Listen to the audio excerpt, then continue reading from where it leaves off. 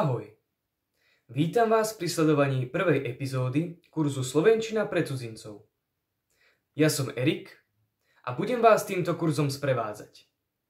Dnes sa naučíme, ako pozdraviť a predstaviť sa po slovensky.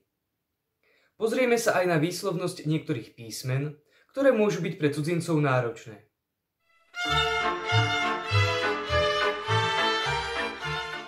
Poďme sa spolu pozrieť na najbežnejšie slovenské pozdravy.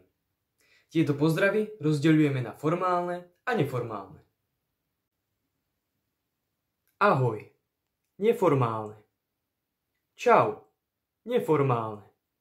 Dobré ráno, formálne.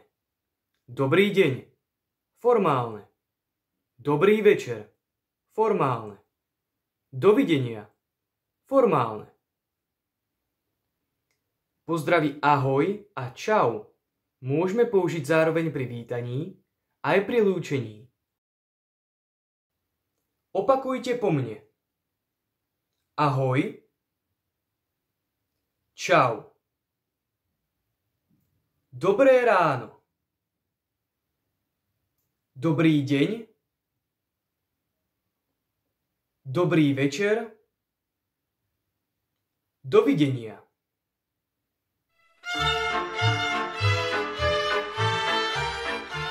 Teraz si povieme, ako sa predstaviť.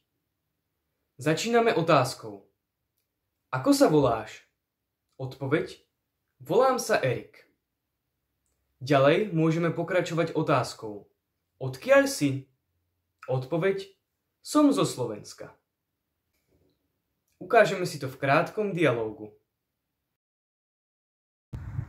Ahoj, ako sa voláš? Volám sa Tomáš. A ty? Volám sa Erik. Odkiaľ si? Som zo Slovenska. Teší ma. Teraz sa vás budem pýtať ja a vy mi skúste odpovedať po slovensky. Ako sa voláš? Odkiaľ si?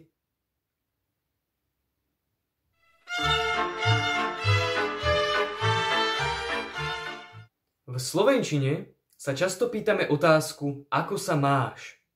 Odpoveď môže byť jednoduchá. Dobre, fajn, zle. Teraz opakujte po mne. Ako sa máš? Dobre, ďakujem. A ty? Mám sa fajn. Ďakujem. Ahoj, ako sa máš? Fajn, ďakujem. A ty? Dobre, ďakujem.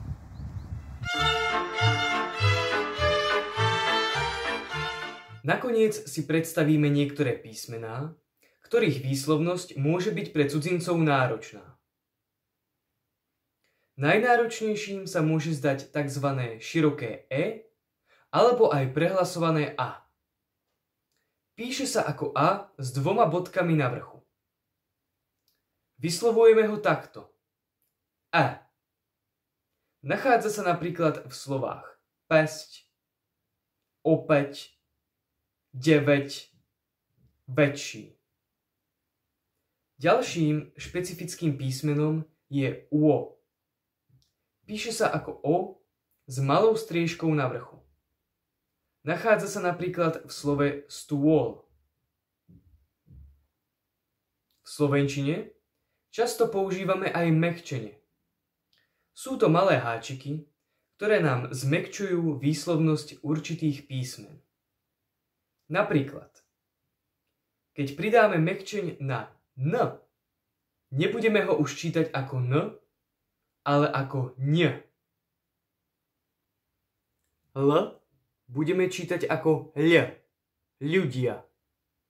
C budeme čítať ako č, čaj. S budeme čítať ako š, škola.